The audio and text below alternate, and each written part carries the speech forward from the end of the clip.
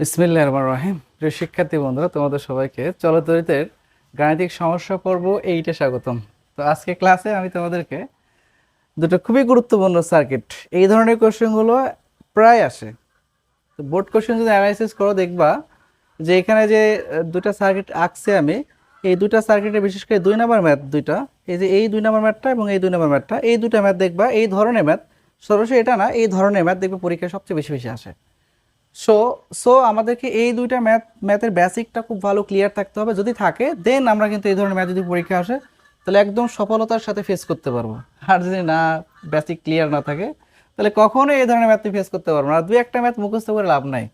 মুখস্থ করলে কি সেটা পরীক্ষা আসবে তুমি জানো জানো না? কাজে তোমার বেসিকটা ঠিক হতে হবে, ঠিক আছে? তো চলো তো আমরা বেসিক ঠিক করতে পারি কিনা। আর আমাদের যাদের বেসিক ঠিক নাই তারা আসো আমার সাথে বেসিক ঠিক করার চেষ্টা করো। তো দেখি তো আমরা এই প্রথম সার্কিটটা সলভ করার চেষ্টা করি। বলছে কি যে এই সার্কিটের চারটা রোধ আছে। দেখো এই একটা রোধ, এখানে আছে আরো তিনটা রোধ। এই তিনটা রোধ কিসে আছে ভাইয়া? আমি বলেছিলাম মিশ্র বর্তনীর ক্ষেত্রে আগে তুমি প্যারালাল যে রোধগুলো আছে সেই রোধগুলোকে ক্যালকুলেশন করার চেষ্টা করবা। তো এখানে তিনটা রোধ কিসে আছে ভাইয়া? প্যারালালে। তাহলে তিনটা রোধ দেখো একই মানের, এখানে 12, এখানে 12, এখানে 12, তিনটা রোধই আছে একই মানের রোধ। বুঝতে পারছি? তো এখন আসো এই তিনটা রোধের আমি তুল্য রোধটাকে বের করবো, ঠিক আছে? সেই তুল্য বের করার পরে তিনটা মিলে কয়টা রোধ পাবো? একটা। সে একটার সাথে 10 কি হবে ভাইয়া?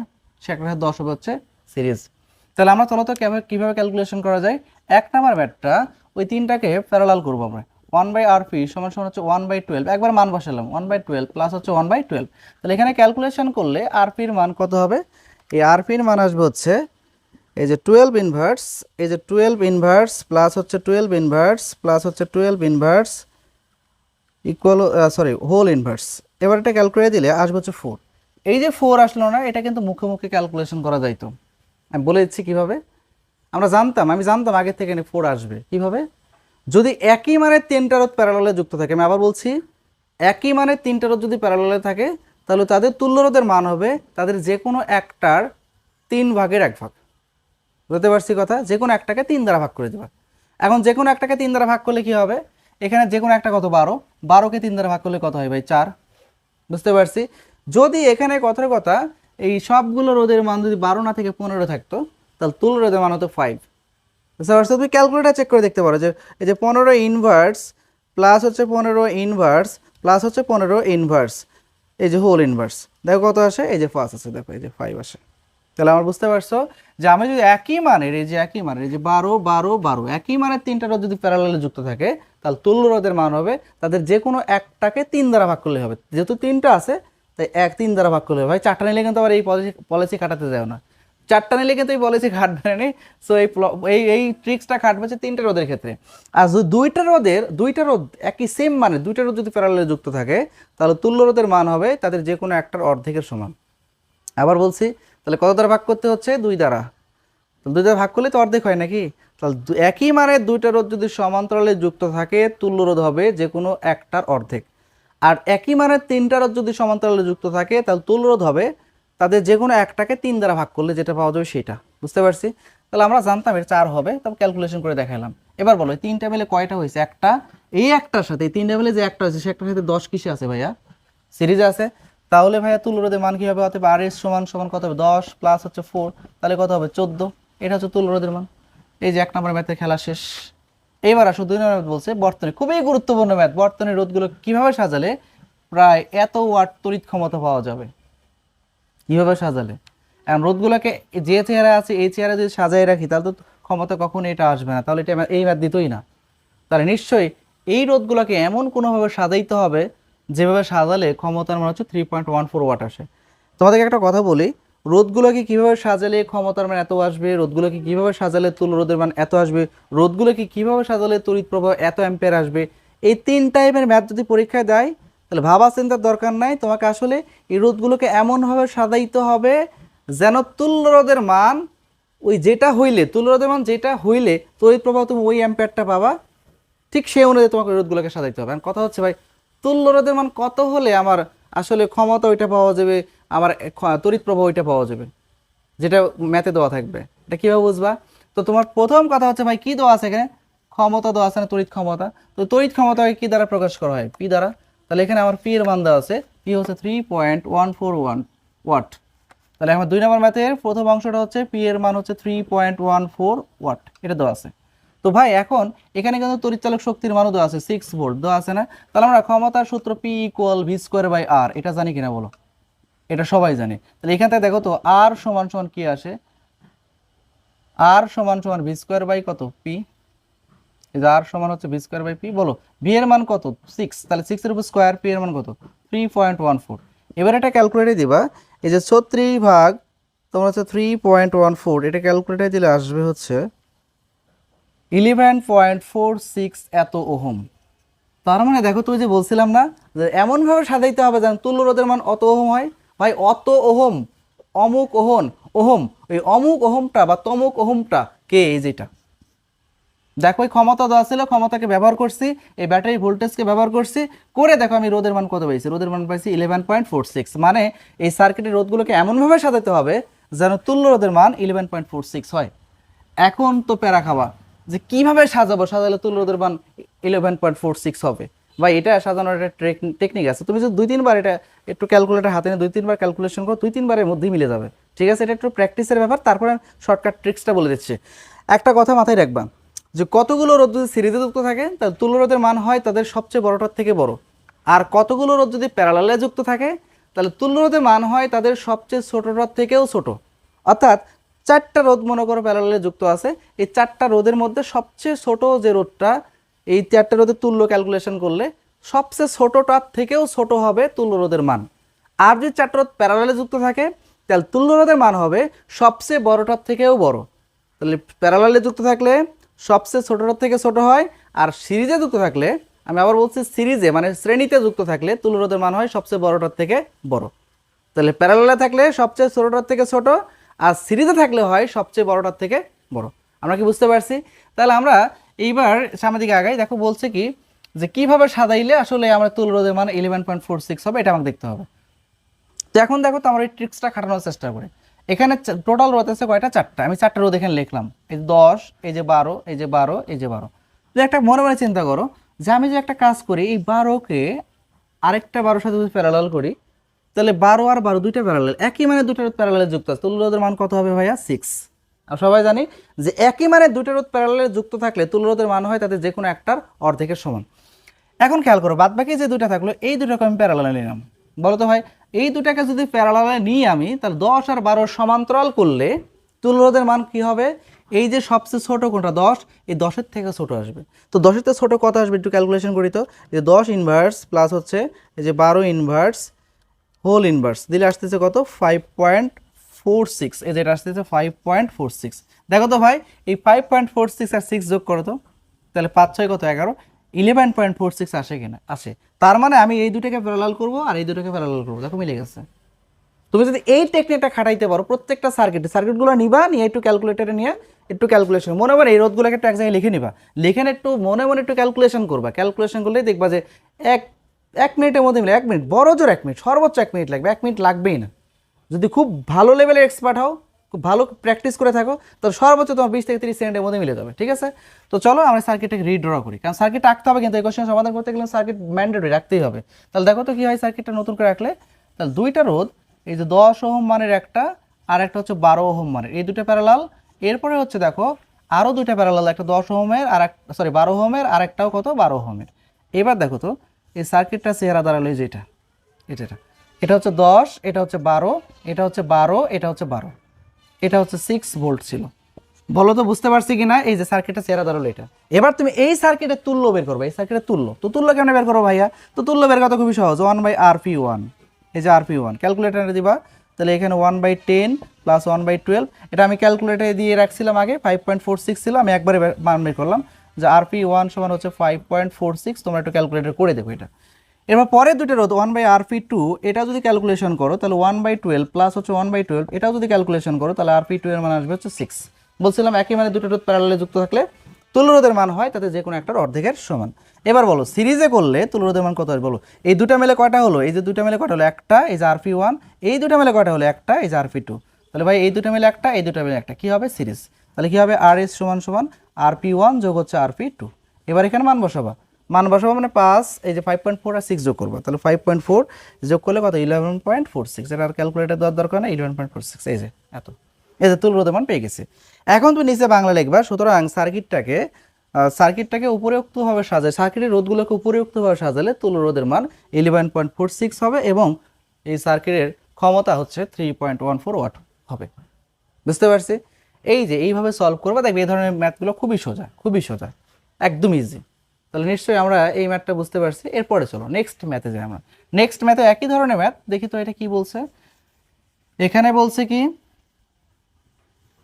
বলছে একটা সার্কিট দিয়ে রাখছে, সার্কিটে মোটামুটি 5টা রোধ দিয়ে রাখছে।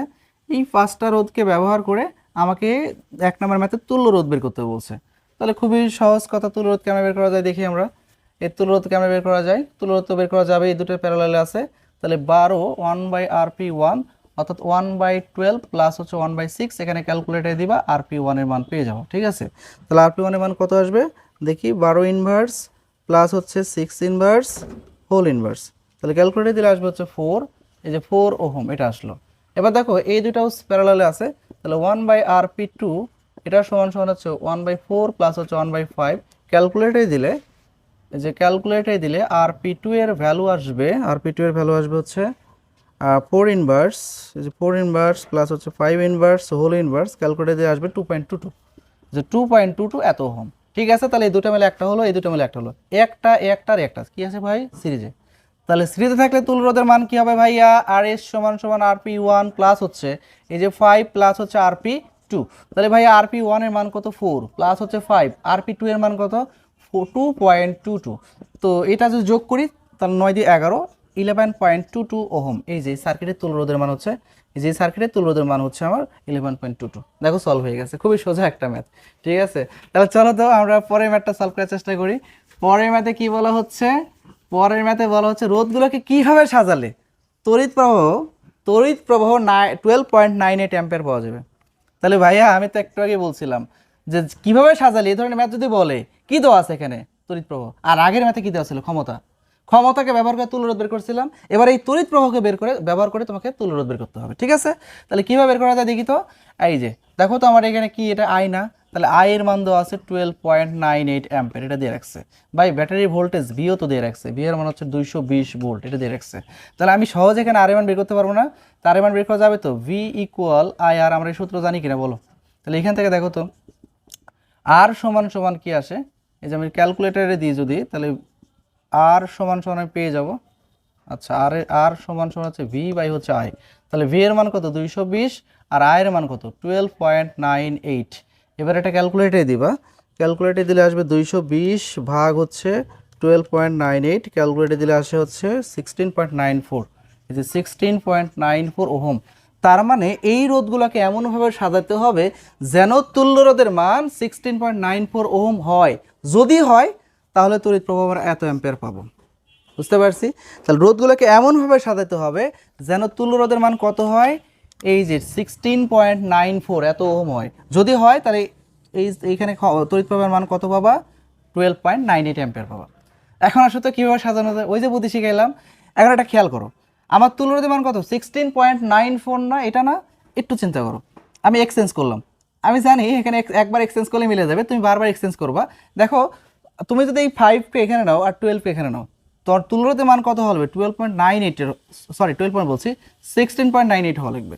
ঠিক আছে, এখন দেখি তো যদি 5কে এখানে নিই তাহলে 5 আর 6 কি প্যারালাল, আর 5 আর 6 যদি প্যারালাল, আমি একটু এই রোধগুলো একটু লিখি। প্রথমে 12 ছিল, তারপর 6 ছিল, তারপর 5 ছিল, 4 ছিল, 5 ছিল। আমি বলেছিলাম রোধগুলোকে একসাথে লিখে নেবা, লিখে নিয়ে প্যারালাল সাজানোর চেষ্টা করবা। তো তুমি তো এইটুকু জানো যে 6 আর 5 যদি প্যারালাল করা হয়, এই 6 আর 5 তুল্য রোধের মান এই 5 এর থেকে কম আসবে। কি বোঝা যায়? এই 5 আর 4 যদি প্যারালাল করা হয় তুল্য রোধের মান এই 4 এর থেকে কম আসবে, কারণ আমরা জানি সবচেয়ে ছোট রোধ থেকে কম আসবে তুল্য রোধের মান। তাহলে এখানে 5 এর থেকে কম আসবে আর এখানে 4 এর থেকে কম আসবে। আর এই যে দুইটা মিলে একটা হলো আর এই দুইটা মিলে একটা হলো, এই দুইটার সাথে এটাকে এই 12 আমি সিরিজ করলাম, যদি করো করে দেখবা তুল্য রোধের মান 16.94 আসবে। আচ্ছা, তুমি যদি এভাবে করে ব্যর্থ হও, ধরো হয় নাই, তখন একটা কাজ করবা, এই যেখানে 4 5 ছিল, 6 5, এখানে হচ্ছে 4 5, এবার তুমি এই 5 5 নিবা। দেখো তো এই 5 5কে যদি প্যারালাল করো তাহলে কত আসবে তুল্য রোধের মান 2.5, এই যে 2.5 আসবে। এবার তুমি 4 আর 6 হচ্ছে প্যারালাল করবা, 4 আর 6 প্যারালাল করলে দেখবা তুল্যরোধের মান আসবে 4 আর 6 এর তুল্যরোধের মান কত আসে দেখি তো 4 ইনভার্স প্লাস হচ্ছে 6 ইনভার্স হোল ইনভার্স ক্যালকুলেটে দিলে আসবে 2.4। অর্থাৎ এই যে এই দুটা মিলে আসে 2.5, এই দুটা মিলে আসে 2.4। আর এইবার বলো এইটা এইটা আর এইটা তিনটা যদি সিরিজ করে দিই আমি, তাহলে 12 আর 2 14 আর হচ্ছে যোগ করিতে কত আসে এটা 12 যোগ হচ্ছে 2.4 যোগ হচ্ছে 2.5 যোগ করলে 16.9 আসে। এই সবগুলো ক্যালকুলেশন করলে কত আসে 16.9। এই যে কিন্তু ভাই আমার আছে কত 94, এক্স্যাক্ট কিন্তু আসে নাই, তার মানে আমার মিলে নাই। আচ্ছা এবার আসো তো আমি যদি একটা কাজ করি, এবার আমার এখানে রোধগুলো কি কি ছিল 12 ছিল, 6 ছিল, 5 ছিল, 4 ছিল, 5 ছিল। এবার একটা কাজ করি, এই দুটাকে আমি প্যারালাল করি। এই দুটাকে প্যারালাল করলে কত হয় এই যে 6 ইনভার্স প্লাস হচ্ছে 5 ইনভার্স তারপর এরপর হচ্ছে হোল ইনভার্স দিলে কত আসে 2.72, এটা আসে 2.72। আচ্ছা ভালো কথা। এরপরে যদি আমি 4 আর 5 প্যারালাল করি 4 আর 5, তাহলে 4 ইনভার্স প্লাস হচ্ছে 5 ইনভার্স হোল ইনভার্স দিলে আসে হচ্ছে 2.22, এই যে 2.22। দেখো তো ভাই এর সাথে যোগ করে 2.72 তার সাথে যোগ করে দিই 12, তাহলে তো 16.94 যেটা চলে আসে। তার মানে এই দুটো প্যারালাল করবা, এই দুটো প্যারালাল করবা, তার সাথে 12 কি করবা সিরিজ করবা। ঠিক আছে, তাহলে দেখো তো আমরা এটা বুঝে গেছি কিনা। তাহলে এবার রোধগুলোকে সাজাই এবার পুনরায়। এই যে খেয়াল করো সার্কিটটা যেমন ছিল ওরকমই আঁকবো, আমি ওইরকমই আঁকবো, চেঞ্জ করবো না। ঠিক আছে, খালি রোধ চেঞ্জ করে দেবো, আমি রোধের মান পরিবর্তন করে দেবো। ঠিক আছে, এই যে দেখো সার্কিট আমার রিড্রা হয়ে গেছে, এটা 220। এই যে কারেন্টের মান এখানে 12 ছিল, 12 জায়গায় 5 দিবা, এখানে 6 নেবা, আর এই 12কে 5 এর জায়গায় দিবা। এখানে হচ্ছে 4, এখানে হচ্ছে 5। এইবার এটা ক্যালকুলেশন করে দেখবা তুল্য রোধের মান আসবে হচ্ছে আমার এই 16.94। এবার তুল্য রোধ তুমি ক্যালকুলেশন করবা 1/RP1 সমান সমান হচ্ছে 1/5 প্লাস হচ্ছে 1/6। এখান থেকে ক্যালকুলেশন করলে RP1 এর মান আসবে হচ্ছে 2 পয়েন্ট, আচ্ছা আমি ক্যালকুলেশন আবার করি মুছে গেছে, যে 5 ইনভার্স প্লাস হচ্ছে 6 ইনভার্স হোল ইনভার্স ক্যালকুলেশন করলে আসবে 2.72 ওহম। আচ্ছা এরপরে 1/RP2 এটা ক্যালকুলেশন করলে কত আসবে 4 প্লাস হচ্ছে 5, এটা ক্যালকুলেটরে দিবা, ক্যালকুলেটরে দিলে 1/RP2 এর মান পাবা 2.22 এত ওহম, এটা আসবে। ঠিক আছে, এরপরে দেখো এই দুইটা মিলে কটা হলো একটা, এই দুটো মিলে কটা হলো একটা, এই একটা তার সাথে এই একটা কি হয়ে গেল ভাইয়া সিরিজ। তাহলে সিরিজ হলে তো ক্যালকুলেশন করাই যায়। আর এস সমান সমান কি হবে ভাইয়া, এই RP1 এর মান হচ্ছে 2.72 আর এখানে কত আছে 12 প্লাস এখানে কত, এই দুটো মিলে কত বের হলো, যে 2.22, যে 2.22 ক্যালকুলেটরে দিবা, ক্যালকুলেটরে দেখবে দিলে দেখবা আসবে 16.94 ওহম। তার মানে এই বর্তনীর রোধগুলোকে উপযুক্তভাবে যদি সাজাই তাহলে তুল রোধের মান এত আসবে এবং ক্ষমতা কত পাওয়া যাবে 12.98 অ্যাম্পিয়ার পাওয়া যাবে। তার মানে এই বর্তনীর রোধগুলোকে আমাকে এই উপরিউক্তভাবে সাজাইতে হবে, সাজাইলে তুল্য রোধের মান পাবা হচ্ছে যে 16.94 এবং ক্ষমতা পাবে এত। আর এই সার্কিটটা যখন সলভ করবা তখন কীভাবে করবা, প্রথমে তুমি এই কারেন্টকে ব্যবহার করে এই তুল্য রোধের মানটা বের করে নেবা, বের করে নেওয়ার পর বলবা এই সার্কিটের রোধগুলোকে বা বর্তনীর রোধগুলোকে নিম্নোক্তভাবে সাজালে তুল্য রোধের মান 16.94 ওহম হবে বলে এই সার্কিটটা তুমি আঁকবা। ঠিক আছে, আঁকার পরে এই সার্কিটের তুল্য রোধ ক্যালকুলেশন করে আবার ওই 16.94 দেখাইবা, দেখানোর পর নিচে লিখে দিবা সুতরাং বর্তনীর রোধগুলোকে উপযুক্তভাবে সাজালে তুল্য রোধের মান 16.94 ওহম হবে এবং তড়িৎ প্রবাহ হবে 12.98 অ্যাম্পিয়ার এবং তড়িৎ প্রবাহ হবে কি 12.98 অ্যাম্পিয়ার। আশা করি বুঝতে পারছো, এগুলো খুব বেশি একটা কঠিন সার্কিট না। তো ঠিক আছে, ভালো থেকো সবাই, আল্লাহ হাফেজ।